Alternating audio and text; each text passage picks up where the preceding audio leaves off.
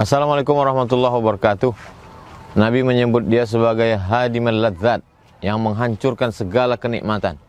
Nikmat makanan, nikmat popularitas, nikmat kekuasaan, nikmat harta, hancur semuanya. Apalah yang mengalir untuk mereka saudara-saudara kita yang sudah berpindah ke alam barzah. Ya Rasulullah, ummi matat, emakku meninggal. Afa atasaddaqu anha, kalau aku bersedekah apakah pahalanya sampai? Kata Nabi, tasaddaq. Alhamdulillah Yayasan Tabung Wakaf Umat memfasilitasi. Mari kita bersedekah untuk almarhum ayah, almarhumah ibu, almarhum keluarga sahabat. Sedekah beras. Setiap bulan kita salurkan ke fakir miskin du'afa. Transfer ke Bank Rio Kepri Syariah. Nomornya 82021 66662. BNI Syariah BSI 1010 9 6-nya 5 kali. 66666 atas nama Yayasan Tabung Wakaf Umat. Jangan lupa sertakan kode transfer 09 di akhir nominal transfer. Konfirmasinya ke nomor ini. Pastikan sampai 0852 6541 6060. Berkah selalu. Ma'akal tafa'afnaita, yang kau makan busuk. Wa ma labis tafa'ablaita, yang kau pakai lapuk. Wa ma tasaddaq tafa'amdaita, yang kau sedekahkan. Itulah yang menjadi amal jariah mengalir. Terima kasih. Assalamualaikum warahmatullahi wabarakatuh. Alhamdulillah. Alhamdulillahilladzi khalaqas samawati wal ardh wa ja'ala az-zulumati wan nur. Nashhadu an la ilaha illallah wa nashhadu anna Muhammadan 'abduhu wa rasuluh. Allahumma salli wa sallim wa barik ala Muhammad wa ala alihi wa ashabihi ajma'in. Faya ibadallah, ittaqullaha haqqa tuqatih wa la tamutunna illa wa antum muslimun. Wa qala ta'ala fi kitabihil karim, ya ayyuhalladzina amanu ittaqullaha haqqa tuqatih wa la tamutunna illa wa antum muslimun. Shadaqallahul azim. Jemaah Jumat yang dirahmati Allah, syukur yang tiada terkira kita ucapkan kepada Allah Azza wa Jalla atas segala karunia yang Allah limpahkan kepada kita semua, dengan banyak-banyak mengucapkan alhamdulillahi rabbil alamin. Masih Allah hidupkan kita, masih Allah sehatkan kita, masih Allah beri kita kesempatan untuk tinggal di atas buminya, masih Allah beri kita kesempatan untuk bernaung di bawah langitnya, masih Allah beri kita nikmat air sehingga kita masih dapat minum, masih Allah beri kita nikmat udara sehingga kita masih dapat bernafas. Dan di antara nikmat yang amat sangat berharga bagi seorang hamba, yaitu ketika Allah masih takdirkan ada iman dalam lubuk hati sanubari kita, sehingga dengan iman dan istiqomah itu, alhamdulillah masih bergetar hati kita mendengarkan seruan azan. Alhamdulillah masih bergerak kaki kita untuk melangkah menuju rumah Allah Azza wa Jalla. Jemaah Jumat yang dirahmati Allah, merenung kita sejenak, kemudian tidak kita tanya diri kita, kira-kira apalah agaknya akan terjadi kalau seandainya iman sudah tak ada lagi? Apalah agaknya yang akan terjadi pada diri ini kalau sekiranya iman sudah tak ada lagi? Jemaah Jumat yang dirahmati Allah, jangankan tak ada iman, lemah saja iman kita. Kadang-kadang sejengkal cuma jarak rumah ke masjid, di pangkal telinga azan berkumandang. Sejengkal cuma jarak rumah ke masjid, di pangkal telinga azan berkumandang. Kalau iman dalam keadaan lemah, takkan bergetar hati kita mendengarkan seruan azan. Kalau iman dalam keadaan lemah, takkan bergerak kaki kita untuk melangkah menuju rumah Allah Azza wa Jalla. Betapa banyak orang berbadan sehat, berbadan kuat, tapi mohon maaf, tengah malam dia masih menjadi bangkai di hadapan Allah Azza wa Jalla. Kenapa dia masih menjadi bangkai di hadapan Allah? Ketika dia tidak sanggup untuk sholat tahajud walau hanya 2 rakaat saja. Betapa banyak orang berbadan sehat, berbadan kuat, tapi di waktu malam dia tidak sanggup untuk witir walau hanya 1 rakaat saja. Betapa banyak orang berbadan sehat, berbadan kuat, tapi di waktu subuh dia tidak sanggup untuk berjamaah. Masalahnya di mana? Bukan karena jabatannya yang kurang tinggi, bukan karena ilmunya yang kurang luas, tapi barangkali karena iman dalam keadaan lemah, karena iman dalam keadaan bermasalah di saat itu juga. Maka pada akhirnya jemaah Jumat yang dirahmati Allah, kita takkan pernah berhenti dan takkan pernah bosan untuk senantiasa bermunajat kepada Allah. Semoga iman dan istiqomah yang masih ada sampai detik ini, semoga Allah senantiasa untuk mengokohkannya dan mengekalkannya ada pada diri kita sampai nanti ajal datang menjemput nyawa. Amin ya rabbal alamin.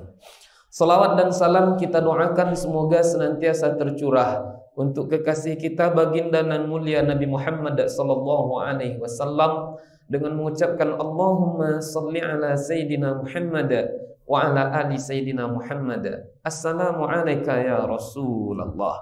Melalui mimbar nan mulia ini, izinkan khatib berwasiat untuk diri khatib sendiri dan berwasiat kepada kita semua. Marilah kita berusaha dengan segenap daya upaya kita.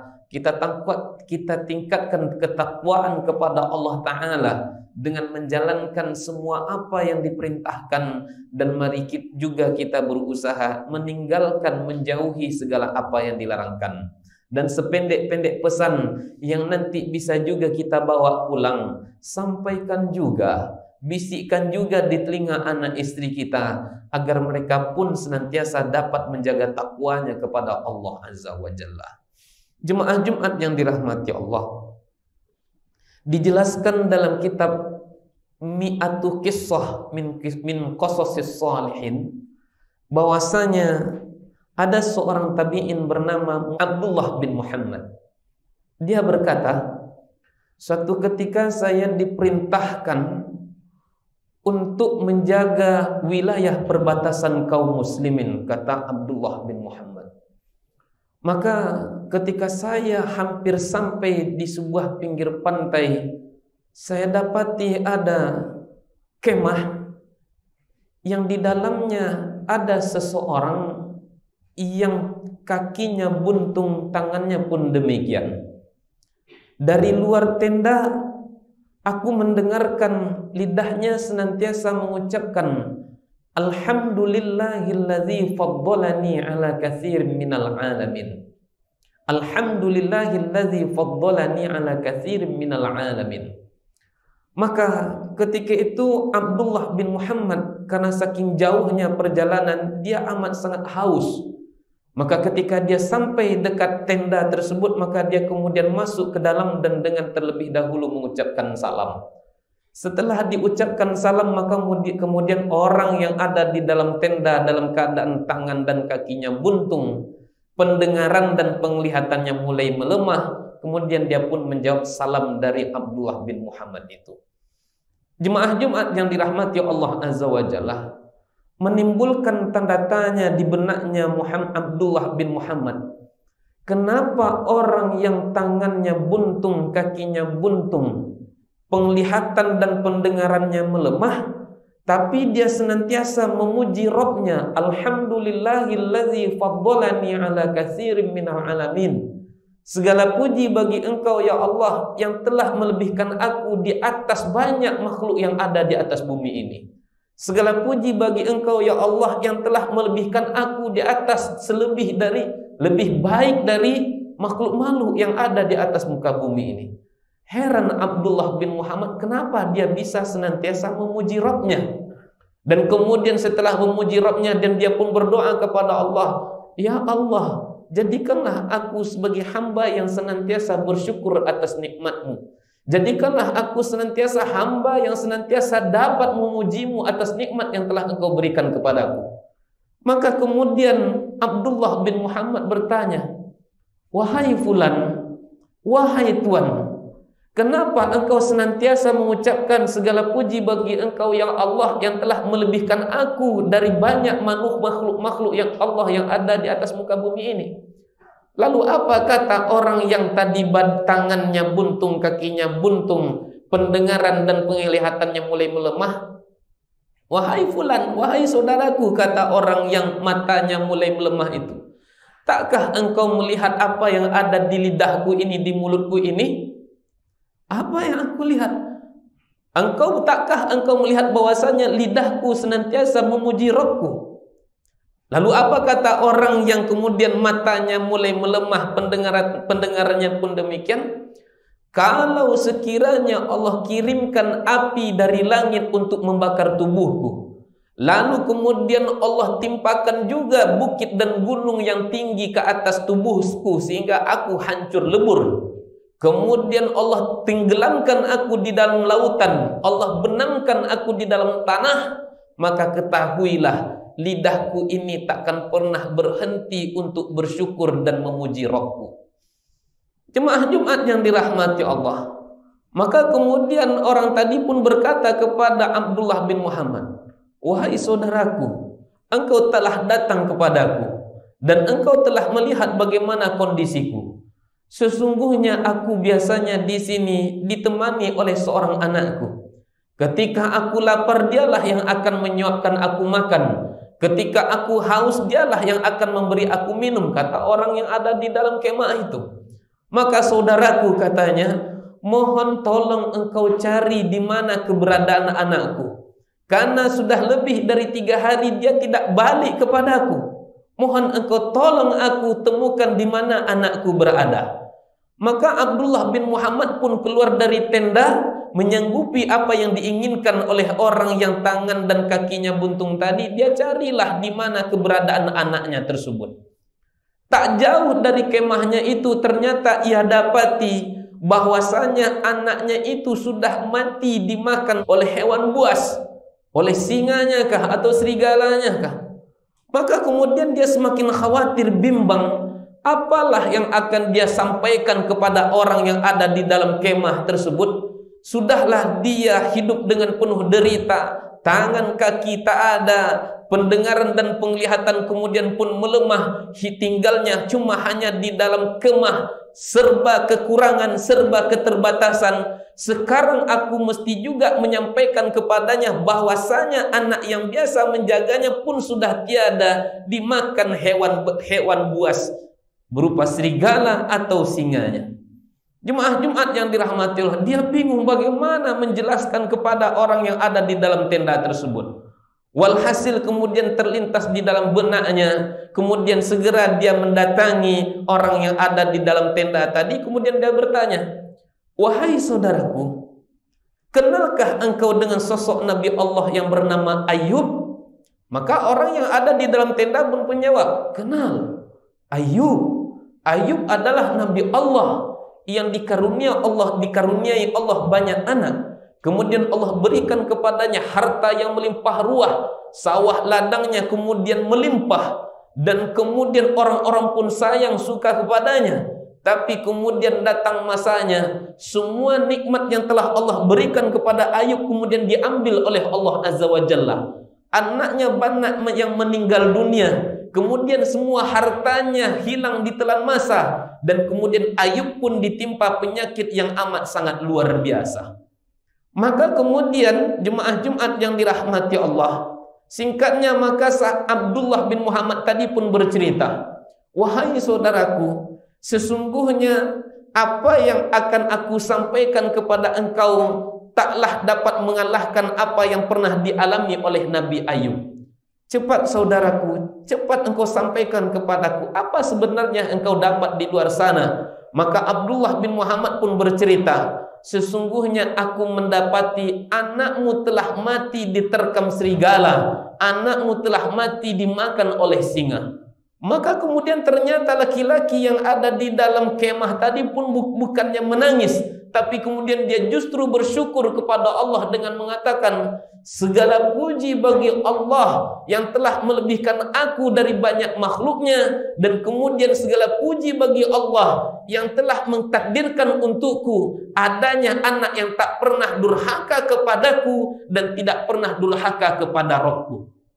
Jemaah Jumat yang dirahmati Allah, kemudian sahabat tadi pun, orang yang ada di dalam tenda tadi itu pun kemudian mengucapkan inna lillah, inna lillah, inna lillah, inna lillah.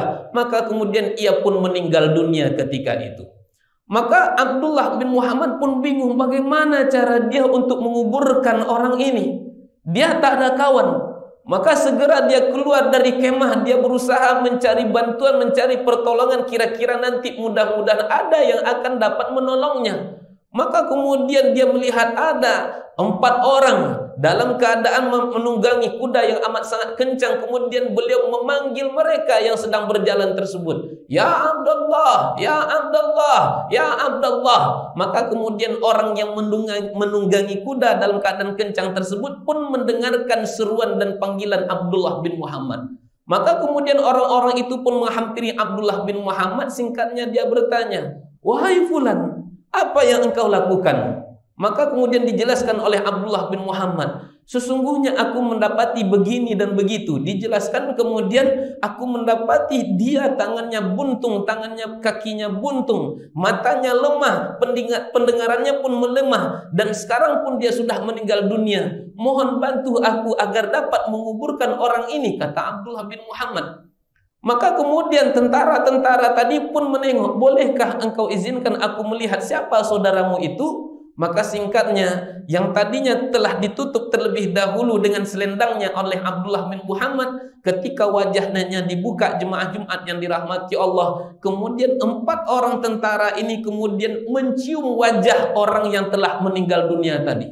Maka Abdullah bin Muhammad semakin heran, kenapa kok orang-orang ini mencium jenazahnya? Kemudian mereka menangis melihat jenazah ini. Maka kemudian apa kata 4 orang tentara ini? "Wahai fulan, takkah engkau tahu siapa orang ini?" Maka Abdullah menjawab, "Aku tidak tahu." Maka kata tentara-tentara ini, "Sesungguhnya dia ini adalah Abu Qilabah, salah seorang sahabat Nabi yang dulu pernah ditunjuk agar menjadi hakim, agar menjadi qadi, tapi dia tidak mau, tapi kemudian dia lebih memilih untuk menyendiri. Dia tidak mau hidup di tengah banyak orang, kemudian dia menyendiri sampai beliau tinggal di tempat yang kita lihat saat sekarang ini." Maka kemudian jemaah Jumat yang dirahmati Allah, setelah jenazah Abu Qilabah ini dikuburkan, maka kemudian malamnya Abdullah bin Muhammad pun bermimpi. Apa mimpinya? Dia melihat orang yang tadinya buntung, tangan dan kakinya buntung. Ia lihat dalam mimpinya sedang berada di tempat yang amat sangat indah, dan tak ada lagi cacat yang ada pada tubuhnya. Maka kemudian Abdullah bin Muhammad bertanya kepada orang itu, "Wahai saudaraku, bukankah engkau orang yang dulu aku lihat? Bukankah engkau adalah saudaraku yang pernah aku jumpai?" "Iya," kata orang itu. Maka kemudian Abdullah bin Muhammad pun bertanya, "Kenapa kok kondisimu seperti ini sekarang? Jauh berbeda daripada apa yang telah aku dapati dahulunya." Maka kemudian kata Abu Qilabah, jemaah Jumat yang dirahmati Allah, "Bukankah Allah karunia-Nya amat sangat luas? Bukankah kebaikan Allah amat sangat tiada terkira? Bahwasanya Allah akan melebihkan hambanya, yaitu hamba-hamba yang mau bersyukur di saat mendapatkan kebaikan, dan dia bersabar di saat mendapatkan keburukan." Jemaah Jumat yang dirahmati Allah, lalu apa hikmah yang bisa kita petik dari kisah nan pendek ini? Tentu banyak sekali hikmahnya jemaah Jumat yang dirahmati Allah. Tapi setidaknya ayat cerita ini mengajak kita semua agar kita senantiasa banyak-banyak bersyukur kepada Allah atas segala apa yang Allah takdirkan pada diri kita. Agar kemudian kita banyak-banyak bersabar atas segala keburukan yang menimpa diri kita.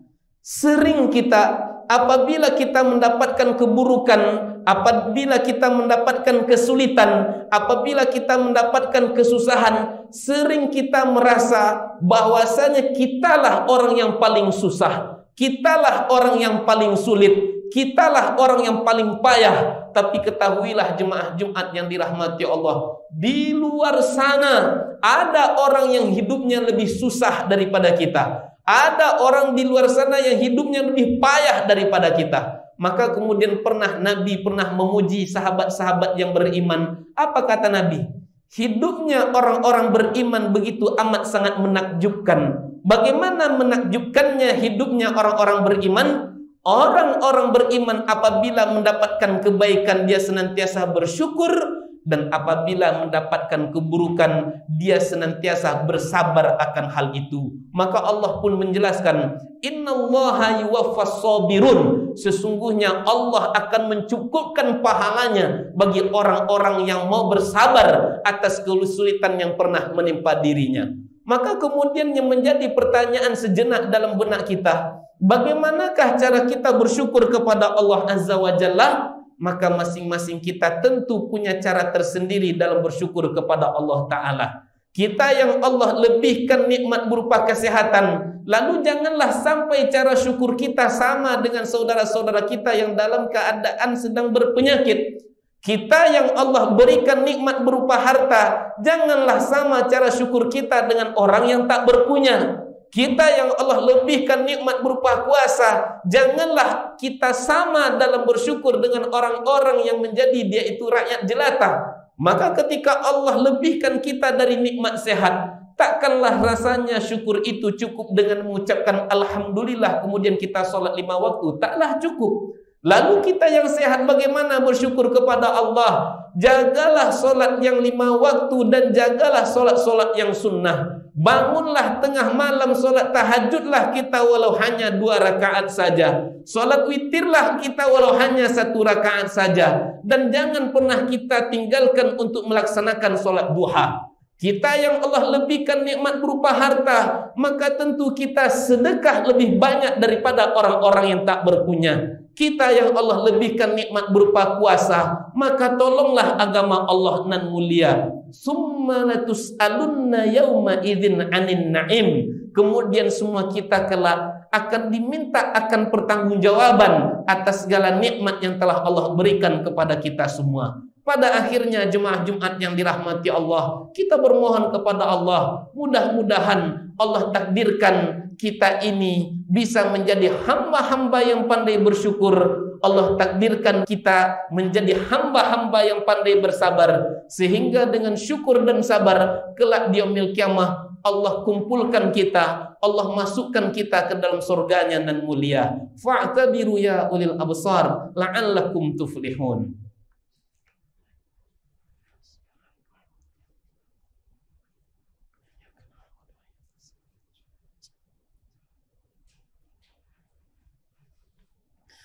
Alhamdulillahilladzi khalaqas samawati wal ard wa ja'ala adh-dhulumati wan nur. Nashhadu an la ilaha illallah wa nashhadu anna Muhammadan 'abduhu wa rasuluh.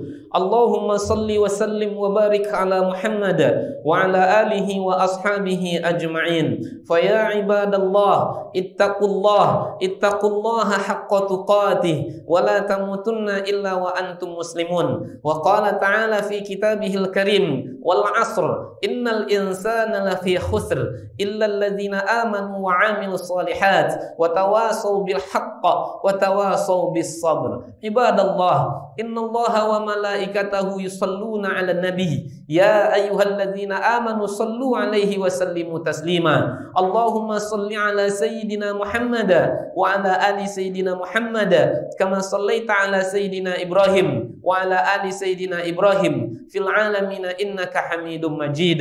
Allahumma ighfir lil muslimina wal muslimat wal mu'minina wal mu'minat al ahya'i minhum wal amwat innaka sami'un qaribun mujibu da'wati qadiyal hajat. Allahumma ansur ikhwanana al mujahidina fi Palestin. Allahumma ansur ikhwanana al mujahidina fi Sin. Allahumma ansur ikhwanana al mujahidina fi kulli makanin wa zamanin ya arhamar rahimin. Allahumma rabbana atina fid dunya hasanah wa fil akhirati hasanah wa qina adzaban nar. Ibadallah, innallaha ya'muru bil adli wal ihsan wa ita'i dzil qurba wa yanha 'anil fahsya'i wal munkari wal baghi ya'idzukum la'allakum tadhakkarun. Fadhkurullahal 'azima yadhkurkum wa la dzikrullahi akbar wa aqimus shalah.